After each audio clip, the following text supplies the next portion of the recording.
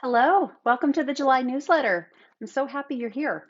This is a little bit different, isn't it? Instead of a message this month, my guides wanted me to share something that I created last July.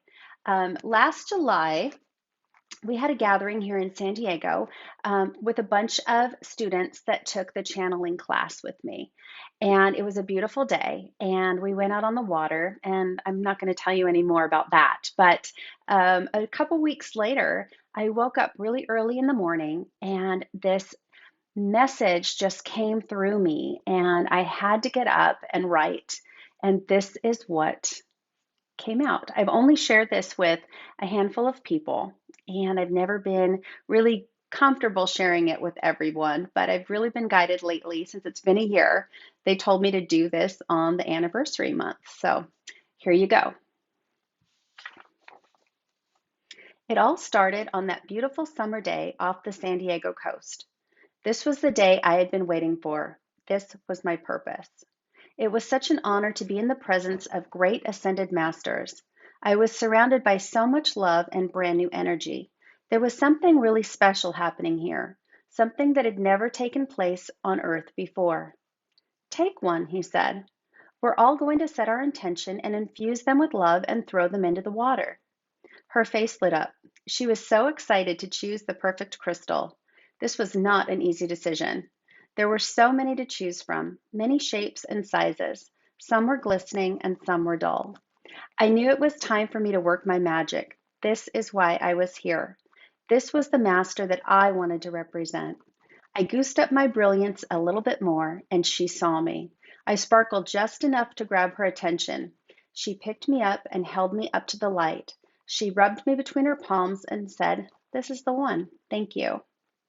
As she thought carefully about her intentions, she passed me around to a few other masters, and they all compared their chosen crystals, and each one turned out to be the perfect match for their specific human. As the boat moved along the water, the sun began to duck behind the clouds. I knew this was not my time to shine. But after an hour or so, the sun came out, and the energy between all of us, the ocean, the humans, and the crystals, was incredibly strong. We all knew it was time. Six of the masters huddled together closely with their beautiful crystals in hand.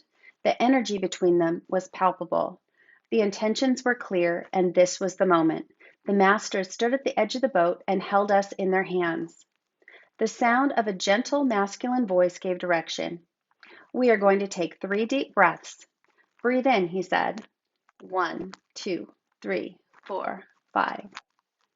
Breathe out. 5, 4, 3, 2, 1. As she was breathing, I could feel my human set her intention, and on that final command of "breathe out," I could feel her shift me from the palm of her hand into the space between her thumb and forefinger, as if to throw a dart. This was the agreement we made when she chose me. I was the shape of a spear. To her, I seemed the most aerodynamic. We heard, "Lock in your intentions and let's go." The masters yelled in unison, 1, 2, 3. And at that moment, she threw me with precision. She knew that what she wanted to see. She had thrown the perfect arc, like the arc of a rainbow. And even though the boat kept moving, it was as if time stood still for a brief second. The glistening of the prisms and colors combined with the beautiful arc created a shiny rainbow light show. There were six gorgeous crystals representing six ascended masters sparkling in the sun for a fraction of a second. My last vision of these special humans was pure joy and love. There were cheers and squeals, high fives and hugs, and even a few happy tears. But at that point, my journey had just begun. As I soared through the air and put on the best light show of my existence, I prepared to hit the water. Soaring through the beautiful sun-filled sky with my friends was thrilling. The feel of the cold Pacific Ocean was jolting for a second. I looked around to make sure all of my friends were with me. We were all floating down at the same pace. My friends hit the ocean floor a second or two before I did. The little round spheres hit the floor and kicked up the sand that created some dust that made it difficult for me to see where I would land. My spear-shaped head hit the ocean bottom floor and I stood straight up. My Friends were right there with me. Four were shaped like balls of glistening light. The other was shaped like me, a spear. As I stood straight up with a small portion of me stuck in the sand, a school of fish swam by to see what this new arrival was. Their curiosity created a vibration in the water that caused me to lose my balance. I could feel myself starting to fall, and I tried to regain my position. Standing upright felt good, and I didn't want to be flat on the ocean floor. As the vibrations of the water became stronger, I knew I could no longer fight it. I was going to fall, and it had to be okay. As I toppled over, I had the sensation of safety and protection. It's okay. We're here. We are always here. I heard that, and it was my friends. As the sediment cleared, I could see them surrounding me. As it turned out, I landed on the crystal that was shaped just like me. We sit in the shape of a cross at the bottom of the ocean's floor, surrounded by our round-shaped friends. We are here moving freely with the vibrations of the seafloor. We get covered partially with sand at times. Then something will swim by and cause the sand to float around. We are ever so gently brushing against each other, and we are creating new ridges and indentations. With each tiny movement of the water or each speck of sand hitting us, we are being molded together. The consistent scraping and grinding is creating mutual grooves that will eventually bind us together as one large crystal. We will eventually become covered completely and become one with Mother Earth. And one day, if we are ever unearthed, he who finds us will never know that we were not always as one. Our notches together, combined with the compression of the earth, will mold us together so tightly, it will be as if the six of us were never separate.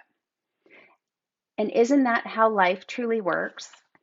We all start out as one, then we break apart to individually create joy, laughter, and fun. And then we eventually get put back together so tightly that we become one again. Oh, and as for my human ascended master, she feels my energy every day and calls upon me from time to time. She knows what I've created out here in the ocean is a perfect reflection of what she is creating in the world. All is well, and so it is.